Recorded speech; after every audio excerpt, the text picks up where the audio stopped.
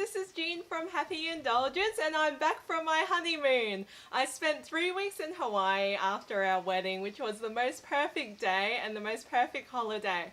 I don't know how many of you guys have been to Hawaii, but it's just such a beautiful, picturesque place and there's so many adventures to be had there. We loved swimming, we loved hiking, we loved all the beautiful views and the awesome people, and I just love the food as well. And most of all, I also loved having a Barnes & Noble near me. I must have visited Barnes & Noble about 6 times when I was there. Over the 3 weeks, we went there a lot. I can remember all the pumpkin spice lattes, checking out all the books, and then realizing that I couldn't take all the books I wanted home.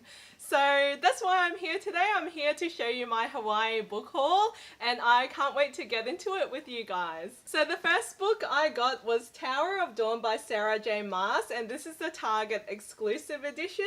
It comes with this beautiful artwork. I think this is Nesrin and Kale who feature in the book, and there's also artwork of Manon and Aylin, which is absolutely gorgeous. I've actually finished reading Tower of Dawn on the plane, and oh my gosh, I can't rave about it enough. It is absolutely amazing. It's a book that Kale deserves. I know a lot of you guys weren't really sure about the full-length novel, but I just absolutely love the world building here. The new characters, in particular Yareen and Sartak, and oh my gosh, everything was so amazing and she ties it together so well. So I guess I might be reviewing this in a full-length video for you guys. So stay tuned for that one. The other exclusive edition I got was from Barnes & Noble, and that's of God's Grave, of course. This is why it's exclusive. It's also got beautiful cover artwork under the cover of Mia, and then this was the first cover, and that's of Mia as well. So it's signed by J. Christoph, and it says signed first edition. The bookstores over there were actually really interesting because I'm so used to visiting Australian bookstores and being familiar with all of the titles there. I actually realised just how important blogging is, especially finding out about new titles and about books that you haven't heard about. It really does pique my interest because while I was looking at the shelves, there were a lot of titles that didn't jump out at me or I'd never heard of, and I had to take photos of the shelves and then go back and search it on Goodreads. Keep doing what you guys do, guys, because book reviews are so important for spreading awareness about the books you love. The other book I got was An Enchantment of Ravens by Margaret Rogerson. It's a beautiful metallic cover. I've heard really good things, especially from the Fairy Loot crew, about this one. It's a fantasy book centered around painting and about trusting each other. I've heard that the writing is really lush and gorgeous, a bit like The Star Touch Queen by Roshani Chokshi, which I absolutely loved, and yeah, I'm looking forward to reading this one. So the next book I got was Heroine Worship by Sarah Kuhn. I actually haven't read the first book yet, which is Heroine Complex, but it's somewhere on my shelf here. I've been meaning to read it all year because I love superheroes, I love Asian protagonists, and I've heard really good reviews from the blogosphere about this series, so I'm looking forward to reading the second book as well. I also looked everywhere in Australia for this one when the reviews came out, but this is Here Lies Daniel Tate by Kristen Terrell.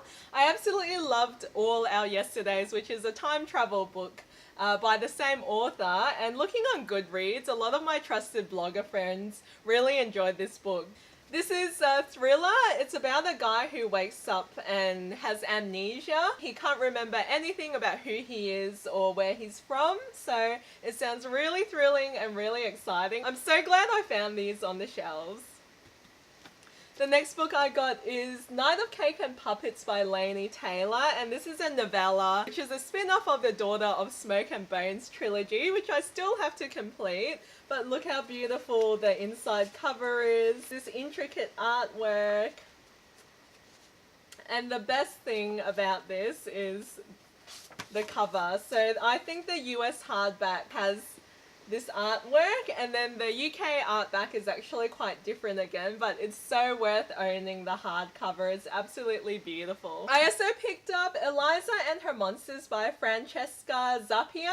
I've heard a lot of reviews from my friends who absolutely love this book. It's about a girl who is a popular online webcomic creator, and then she starts to get to know one fan in particular, and then the secret comes out for who she is. And it's actually quite relatable because having my own blog, it's a bit like that, even though I'm not anonymous. But you can kind of relate to the fears that you have about everyone finding out online and about who you are and maintaining that as well. So yeah, I think it sounds really interesting. The same author has wrote a book called Made You Up, and that was an interesting exploration into schizophrenia. So yes, I cannot wait to read Eliza and Her Monsters. I was really lucky because Barnes & Noble actually had 20% off one full price item, so that's why we may have went back a few times to make use of that. On top of that, they also had a sale which was buy 2 Image comics and get one free. I do love reading my graphic novels, but sometimes they can get a bit expensive, so I definitely made the most of that one and picked up some exclusive editions as well. A graphic novel that I read about a disabled heroine in a cyber steampunk world, and it's called Monstrous by Sana Takeda, and this is volume 2 called The Blood. The Barnes & Noble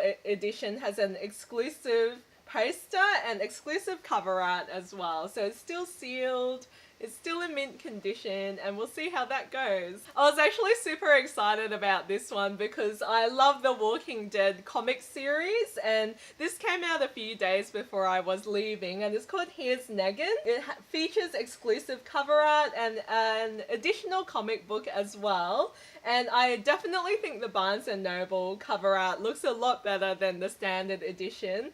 It's a hardcover as well, and it tells the story of Negan and how he came to be before he became the evil baddie.